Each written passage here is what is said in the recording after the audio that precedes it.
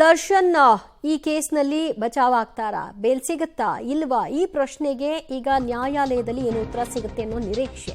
ಕೋರ್ಟ್ಗೆ ಪುನೀತ್ ಗೋವಾಕ್ಕೆ ತೆರಳಿದ ಬಗ್ಗೆ ಸಾಕ್ಷ್ಯವನ್ನ ಸಲ್ಲಿಕೆ ಮಾಡಿದ್ದಾರೆ ಎಸ್ಪಿಪಿ. ಏರ್ ಟಿಕೆಟ್ ಫೋಟೋವನ್ನ ಹಾಜರುಪಡಿಸಿದ್ದಾರೆ ಎಸ್ಪಿಪಿ ಪ್ರಸನ್ನಕುಮಾರ್. ಗೋವಾದಿಂದ ಬರೋ ತನಕ ಪ್ರತ್ಯಕ್ಷದರ್ಶಿ ಸಂಪರ್ಕ ಮಾಡಲಿಲ್ವಾ ಅಂತ ಜಡ್ಜ್ ಪ್ರಶ್ನಿಸಿದ್ದಾರೆ. ಆತ ಪ್ರತ್ಯಕ್ಷದರ್ಶಿ ಅಂತ ಖಾತ್ರಿ ಪಡಿಸಿಕೊಳ್ಳೋದಕ್ಕೆ ತಡವಾಯಿತು. ಪ್ರತ್ಯಕ್ಷದರ್ಶಿ ಹೇಳಿಕೆಯನ್ನು ಹೆಚ್ಚುವರಿಯಾಗಿ ಪಡೆದುಕೊಳ್ಳಲಾಗಿದೆ ಅಂತ ಈ ಸಂದರ್ಭದಲ್ಲಿ ಸಿವಿ ನಾಗೇಶ್ ಅವರು ಮಾತನಾಡ್ತಾರೆ. ಅಕ್ಟೋಬರ್ 2ರಂದು ಹೆಚ್ಚುವರಿ ಹೇಳಿಕೆಯನ್ನು ಪಡೆಯಲಾಗಿದೆ.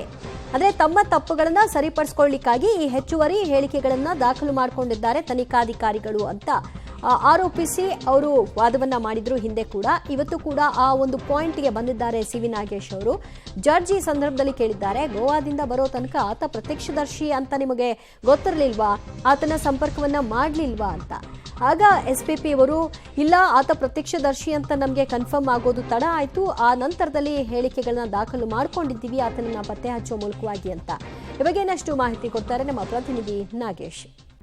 ನಾಗೇಶ್, ಪ್ರತ್ಯಕ್ಷದರ್ಶಿಗಳ ಹೇಳಿಕೆಯನ್ನ ಬಲವಾಗಿ ಇಟ್ಕೊಂಡು ಸಿವಿ ನಾಗೇಶ್ ಅವರು ವಾದವನ್ನ ಮಾಡಿದ್ರು. ಇವತ್ತು ಕೂಡ ಅದೇ ವಿಷಯವಾಗಿ ಬಂದಾಗ ಸಿವಿ ನಾಗೇಶ್ ಅವರು ಒಂದು ಕ್ವೆಶ್ಚನ್ ಅನ್ನ ಕೂಡ ರೈಸ್ ಮಾಡಿದ್ದಾರೆ. ಇದಕ್ಕೆ ಜಡ್ಜ್ ಕೂಡ ಏನ್ ಕೇಳಿದ್ದಾರೆ? ದಿವ್ಯಾ, ಬಹಳ ಪ್ರಮುಖವಾಗಿ ಆರೋಪಿ ಆಗಿರುವಂಥ ರೇಣುಕಾಸ್ವಾಮಿಯ ಕೊಲೆ ಪ್ರಕರಣವನ್ನು ತನಿಖೆ ಮಾಡಿದಂಥ ತನಿಖಾಧಿಕಾರಿಗಳು ಒಂದಷ್ಟು ಲೋಪದೋಷಗಳನ್ನು ಮಾಡಿರುವ ವಿಚಾರಗಳನ್ನು ಮುಂದಿಟ್ಟುಕೊಂಡು ಸಿವಿ ನಾಗೇಶ್ ಅವರು ವಾದವನ್ನು ಮಾಡಿದರು. ಅದರಲ್ಲಿ ಪ್ರಮುಖವಾಗಿ ಪ್ರತ್ಯಕ್ಷದರ್ಶಿ ಆಗಿರುವಂಥ ಪುನೀತ್ ಅವರ ಹೇಳಿಕೆಯನ್ನು ಪಡೆದುಕೊಳ್ಳಲಿಕ್ಕೆ ತುಂಬ ಡಿಲೇ ಮಾಡಿದ್ದಾರೆ. ಯಾಕೆ ಘಟನಾ ಸ್ಥಳದಲ್ಲಿ ಇದ್ದಂಥ ಒಬ್ಬ ವ್ಯಕ್ತಿಯ ಹೇಳಿಕೆಯನ್ನು ಪಡೆದುಕೊಳ್ಳಲಿಕ್ಕೆ ಸುಮಾರು 15 ದಿನಗಳ ಕಾಲ ಯಾಕೆ ಡಿಲೇ ಆಯಿತು ಅನ್ನುವಂಥ ಪ್ರಶ್ನೆಯನ್ನು ಮಾಡಿದರು. ಅದಕ್ಕೆ ಒಂದಷ್ಟು ಪೂರಕ ದಾಖಲೆಗಳನ್ನು ಕೊಡುವ ಕೆಲಸವನ್ನು ಈಗಾಗಲೇ ಎಸ್ಪಿಪಿ ಪ್ರಸನ್ನಕುಮಾರ್ ಅವರು ಮಾಡ್ತಿದ್ರು. ಯಾಕಂದ್ರೆ ಆತ ಈ ಇನ್ಸಿಡೆಂಟ್ ಆದ ಬಳಿಕ ಪುನೀತ್ ಅವರು ಗೋವಾಕ್ಕೆ ಹೋಗಿದ್ರು. ಗೋವಾಕ್ಕೆ ಹೋಗಿರುವಂತ ಒಂದಷ್ಟು ಏರ್ ಟಿಕೆಟ್ಗಳನ್ನು ಕೂಡ ಜಡ್ಜ್ ಮುಂದೆ ತೋರಿಸುವಂತ ಕೆಲಸವನ್ನು ಮಾಡಿದಂತ ಸಂದರ್ಭದಲ್ಲಿ ಜಡ್ಜ್ ಅವರು ಎಸ್ಪಿಪಿ ಅವರಿಗೆ ಒಂದು ಪ್ರಶ್ನೆಯನ್ನ ಕೇಳ್ತಾರೆ. ಗೋವಾದಿಂದ ಬರುವ ತನಕ ನಿಮಗೆ ಆ ಪ್ರತ್ಯಕ್ಷದರ್ಶಿಯ ಬಗ್ಗೆ ಮಾಹಿತಿ ಇರಲಿಲ್ಲ ಅನ್ನುವಂತ ಪ್ರಶ್ನೆಯನ್ನ ಕೇಳಿದಂತ ಸಂದರ್ಭದಲ್ಲಿ ಆತ ಪ್ರತ್ಯಕ್ಷದರ್ಶಿ ಅನ್ನುವಂಥದ್ದನ್ನ ನಾವು ಪತ್ತೆ ಹಚ್ಚಲಿಕ್ಕೆ ಒಂದಷ್ಟು ಕಾಲ ತಡವಾಯಿತು ಅನ್ನುವಂತ ಮಾತನ್ನು ಹೇಳುವಂತ ಸಂದರ್ಭದಲ್ಲಿ ದರ್ಶನ್ ಪರ ವಕೀಲರು ಕೂಡ ಒಂದು ಪ್ರಶ್ನೆಯನ್ನ ಮಾಡಿರುವಂತದ್ದು. ಆ ಪ್ರತ್ಯಕ್ಷದರ್ಶಿ ಪುನೀತ್ ಅವರಿಂದ ಅಕ್ಟೋಬರ್ 2ನೇ ತಾರೀಕು ಹೆಚ್ಚುವರಿಯಾಗಿ ಹೇಳಿಕೆಯನ್ನು ಪಡೆದುಕೊಂಡಿದ್ದಾರೆ ಅನ್ನುವಂತ ಮಾತನ್ನು ಹೇಳ್ತಿರುವಂತದ್ದು. ಅದಕ್ಕೆ ಪೂರಕವಾಗಿ ಎಸ್ಪಿಪಿ ಅವರು ಕೂಡ ಈ ಒಂದು ಪ್ರಕರಣಕ್ಕೆ ಬಗ್ಗೆ ಆತನ ಬಗ್ಗೆ ಹೆಚ್ಚುವರಿಯಾಗಿ ಹೇಳಿಕೆ ಪಡಲಿಕ್ಕೆ ಅವರ ತಪ್ಪುಗಳನ್ನು ಮುಚ್ಚು ಹಾಕೊಳ್ಳಿಕ್ಕೆ ಈ ಒಂದು ಪ್ರಯತ್ನವನ್ನ ಎಸ್ಪಿಪಿ ಅವರು ಮಾಡ್ತಿದ್ದಾರೆ ಅನ್ನುವಂತ ವಾದವನ್ನ ಮಾಡುವ ಕೆಲಸವನ್ನ ಈಗಾಗಲೇ ಸಿವಿ ನಾಗೇಶ್ ಅವರು ಕೂಡ ಮಾಡಿರುವಂತದ್ದು. ದಿವ್ಯಾ, ಅಂದ್ರೆ ಹೆಚ್ಚುವರಿ ಹೇಳಿಕೆಗಳನ್ನ ಪಡ್ಕೊಳ್ಬಾರ್ದು ಅಂತ ಇದೆಯಾ ಕಾನೂನಿನಲ್ಲಿ, ಅಥವಾ ಹೆಚ್ಚುವರಿ ಹೇಳಿಕೆಗಳನ್ನ ಪಡ್ಕೊಂಡ್ರೆ ಅದು ತನಿಖೆಯ ಆಂಗಲ್ನೇ ದಿಕ್ಕನ್ನೇ ಬದಲಾಯಿಸ್ಬಿಡುತ್ತಾ?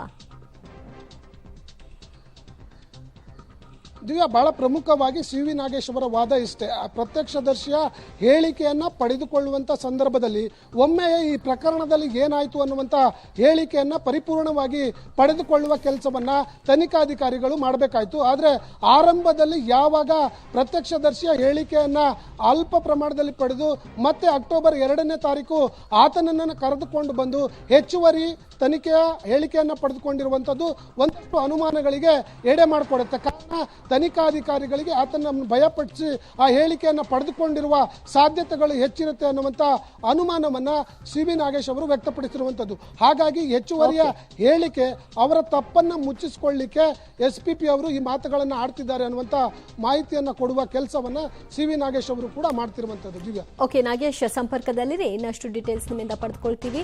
ಕೋರ್ಟ್ಗೆ ಪುನೀತ್ ಸ್ಟೇಟ್ಮೆಂಟ್ಗಳು ಮತ್ತು ಏನೆಲ್ಲ ಸಾಕ್ಷ್ಯಗಳನ್ನ ಕಲೆ ಹಾಕಿದ್ದಾರೆ ಇದೆಲ್ಲದರ ಬಗ್ಗೆ ವಿವರಣೆ ಕೊಡ್ತಾ ಇದ್ದಾರೆ. ಇನ್ನು ಮತ್ತೊಂದು ಕಡೆಯಲ್ಲಿ ಶೂ ಮತ್ತು ಚಪ್ಪಲಿ ಬಟ್ಟೆಯ ಅನುಮಾನ ಏನು ವ್ಯಕ್ತಪಡಿಸಿದ್ರಲ್ಲ ಸಿವಿ ನಾಗೇಶ್ ಅವರು, ಸೊ ಅದಕ್ಕೂ ಕೂಡ ಉತ್ತರವನ್ನ ಕೊಡ್ತಾ ಇದ್ದಾರೆ ಪ್ರಸನ್ನಕುಮಾರ್. ಸಿವಿ ನಾಗೇಶ್ ಆರೋಪಕ್ಕೆಲ್ಲ ಉತ್ತರವನ್ನ ಸ್ಪಷ್ಟನೆಯನ್ನ ಕೊಡುವಂತಹ ಕೆಲಸವನ್ನ ಈಗ ಹೈಕೋರ್ಟ್ನಲ್ಲಿ ಮುಂದುವರಿಸಲಾಗಿದೆ. ದರ್ಶನ್ ಪತ್ನಿ ವಿಜಯಲಕ್ಷ್ಮಿ ಮನೆಯಲ್ಲಿ ಶೂ ಅನ್ನ ವಶಕ್ಕೆ ಪಡೆಯಲಾಗಿದೆ. ಶೂ ಮತ್ತು ಬಟ್ಟೆಗಳ ಬಗ್ಗೆ ಇದ್ದ ಅನುಮಾನಗಳ ಬಗ್ಗೆ ಒಂದು ಸ್ಪಷ್ಟನೆಯನ್ನ ಕೊಡ್ತಾ ಇದ್ದಾರೆ ಎಸ್ಪಿಪಿ. ಚಪ್ಪಲಿ ಅಂತ ಹೇಳಿ ಶೂ ಅನ್ನ ವಶಕ್ಕೆ ಪಡೆದಂತಹ ಆರೋಪ. ದರ್ಶನ್ ಹೇಳಿಕೆಯಲ್ಲೂ ಕೂಡ ಚಪ್ಪಲಿ ಅಂತ ಇದೆ. ಇವರು ವಶಕ್ಕೆ ಪಡ್ಕೊಂಡಿರೋದು ಶೂ ಅನ್ನ.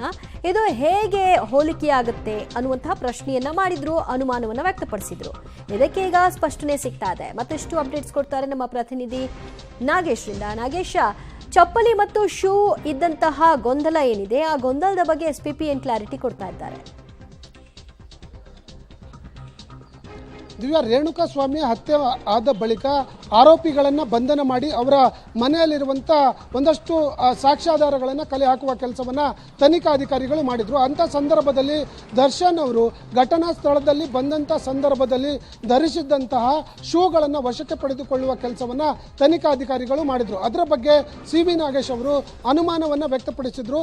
ಆ ಕಾರಣಕ್ಕಾಗಿ, ಯಾಕಂದರೆ ದರ್ಶನ್ ಅವರು ಘಟನಾ ನಡೆದಂಥ ಸಂದರ್ಭದಲ್ಲಿ ಚಪ್ಪಲಿ ಧರಿಸಿದ್ರು. ಆದರೆ ತನಿಖಾಧಿಕಾರಿಗಳು ಅವರ ಪತ್ನಿ ವಿಜಯಲಕ್ಷ್ಮಿ ಅವರ ಮನೆಗೆ ಹೋಗಿ ಆತ ಧರಿಸಿದ್ದಂಥ ಶೂಗಳನ್ನು ತೆಗೆದುಕೊಂಡು ಬಂದಿದ್ದಾರೆ ಅನ್ನುವಂಥ ಆರೋಪವನ್ನು ಮಾಡಿದರು. ಅದಕ್ಕೆ ಪೂರಕವಾದ ಸಾಕ್ಷ್ಯಾಧಾರಗಳನ್ನು ಇಟ್ಟುಕೊಂಡು ಎಸ್ಪಿಪಿ ಅವರು ಈ ಒಂದು ಪ್ರಕರಣ ಆದ ಬಳಿಕ ಆರೋಪಿ ಆ ಘಟನಾ ಸಂದರ್ಭದಲ್ಲಿ ಧರಿಸಿದ್ದಂಥ ಶೂಗಳನ್ನು ಅವರ ಪತ್ನಿ ವಿಜಯಲಕ್ಷ್ಮಿ ಅವರ ಮನೆ ಅಂದರೆ ಸಿ.ಕೆ. ಅಚ್ಚುಕಟ್ಟೆಯಲ್ಲಿರುವಂಥ ಅವರ ಮನೆಯಲ್ಲಿ ಆತನ ಧರಿಸಿದ್ದ ಶೂಗಳನ್ನು ವಶಕ್ಕೆ ಪಡೆದುಕೊಳ್ಳಲಾಗಿದೆ.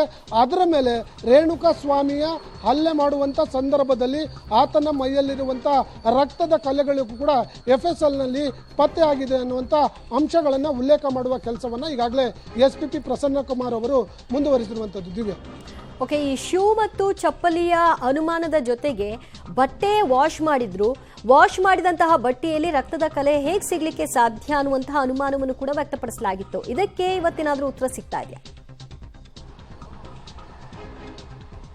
ದಿವ್ಯ, ಬಹಳ ಪ್ರಮುಖವಾಗಿ ದರ್ಶನ್ ಅವರು ಆ ಘಟನಾ ಸ್ಥಳದಲ್ಲಿ ಇದ್ದಂಥ ಸಂದರ್ಭದಲ್ಲಿ ಆತ ಧರಿಸಿದ್ದಂಥ ಬಟ್ಟೆ ಮತ್ತು ಶೂಗಳ ಮೇಲೆ ಆತನ ರಕ್ತದ ಕಲೆಗಳಿದ್ವು ಅನ್ನುವಂಥದ್ದಕ್ಕೆ FSLಗೆ ಕಳಿಸಲಾಗಿತ್ತು.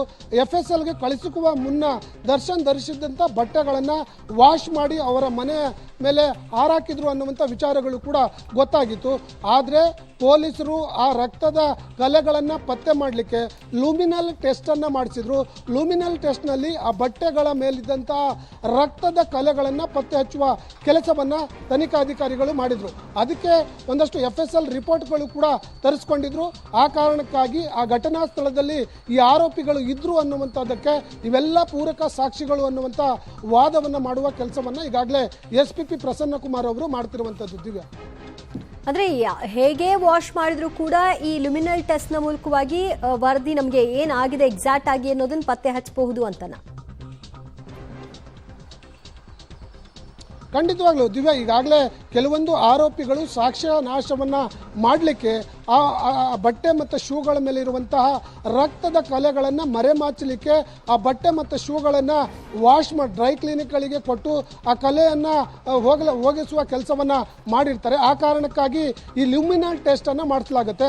ಈ ಲುಮಿನಲ್ ಟೆಸ್ಟ್ನಲ್ಲಿ ಬಟ್ಟೆಯನ್ನು ವಾಶ್ ಮಾಡಿದರೂ ಕೂಡ ಆ ಘಟನಾ ಸ್ಥಳದಲ್ಲಿ ಇದ್ದಂಥ ಸಂದರ್ಭದಲ್ಲಿ ಕೊಲೆ ಆಗಿರುವ ವ್ಯಕ್ತಿಯ ರಕ್ತದ ಕಲೆಗಳು ಅದರ ಮೇಲೆ ಇದ್ದರೆ ಈ ಲುಮಿನಲ್ ಟೆಸ್ಟ್ ಮೂಲಗಳ ಫ್ಲೂ ಆಗುತ್ತೆ. ಆ ಲುಮಿನಲ್ ಟೆಸ್ಟ್ನಲ್ಲಿ ಈ ಆರೋಪಿಗಳ ಬಟ್ಟೆ ಮತ್ತು ಶೂಗಳನ್ನು ಪರಿಶೀಲನೆ ಮಾಡಿದಂಥ ಸಂದರ್ಭದಲ್ಲಿ ರೇಣುಕಾ ಸ್ವಾಮಿ ಹತ್ಯೆ ನಡೆದಂಥ ಸಂದರ್ಭದಲ್ಲಿ ಆತನ ಮೈ ಮೇಲಿನ ರಕ್ತ ಆ ಶೂ ಮತ್ತು ಬಟ್ಟೆ ಮೇಲೆ ಇದ್ದಿದ್ದನ್ನು ಈ ಒಂದು ಲುಮಿನಲ್ ಟೆಸ್ಟ್ ಮೂಲಕ ಬಯಲಿಗೆ ಹೇಳುವ ಕೆಲಸವನ್ನು ಈಗಾಗಲೇ ಪೊಲೀಸರು ಮಾಡಿದ್ರು. ಅದನ್ನು ಕೂಡ ಪ್ರಮುಖ ಅಂಶಗಳನ್ನಾಗಿ ಉಲ್ಲೇಖ ಮಾಡುವ ಕೆಲಸವನ್ನು ಮಾಡ್ತಿರುವಂಥದ್ದು. ಓಕೆ ನಾಗೇಶ್, ಸಂಪರ್ಕದಲ್ಲಿರಿ. ಸದ್ಯ ಶೂ ಮತ್ತು ಚಪ್ಪಲಿ ಕುರಿತಾಗಿ ಇದ್ದಂತಹ ಅನುಮಾನ ಮತ್ತು ಬಟ್ಟೆ ತೊಳೆದ್ರೂ ಕೂಡ ಹೇಗೆ ಅದರಲ್ಲಿ ಕಲೆ ಪತ್ತೆ ಹಚ್ಚಲಿಕ್ಕೆ ಸಾಧ್ಯ, ಇದೆಲ್ಲವೂ ಕೂಡ ಕಪೋಲ ಕಲ್ಪಿತ, ತನಿಖಾಧಿಕಾರಿಗಳ ಸೃಷ್ಟಿ ಅನ್ನುವಂತಹ ಅನುಮಾನವನ್ನು ವ್ಯಕ್ತಪಡಿಸಿದ್ದಕ್ಕೆ ಪ್ರತಿಯಾಗಿ ಈಗ ಸ್ಪಷ್ಟನೆಯನ್ನು ಕೊಡ್ತಾ ಇದ್ದಾರೆ SPP ಪ್ರಸನ್ನ ಕುಮಾರ್ ಅವರು. ಎಷ್ಟೇ ವಾಶ್ ಮಾಡಿದ್ರೂ ಕೂಡ DNA ಮೂಲಕವಾಗಿ ಪತ್ತೆ ಹಚ್ಚಬಹುದು ಅನ್ನೋದು ಅವರ ವಾದ.